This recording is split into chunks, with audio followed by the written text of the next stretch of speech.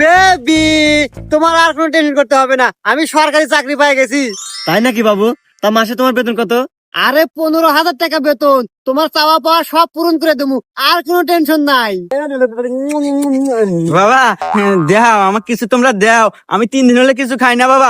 তোমরা তো ওই জঙ্গলের মধ্যে খাওয়া দাওয়া কিছু করতে চাও। আপনার ফকির মানুষ, আপনার মুখে এত বড় কথা মানে না।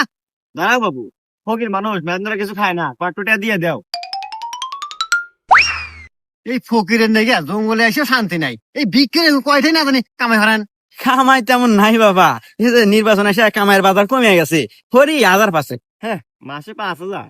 দেখ তো, এই 5,000 মাসে কাম হলে জীবন চলবো? হাপু মাসে না দিনে।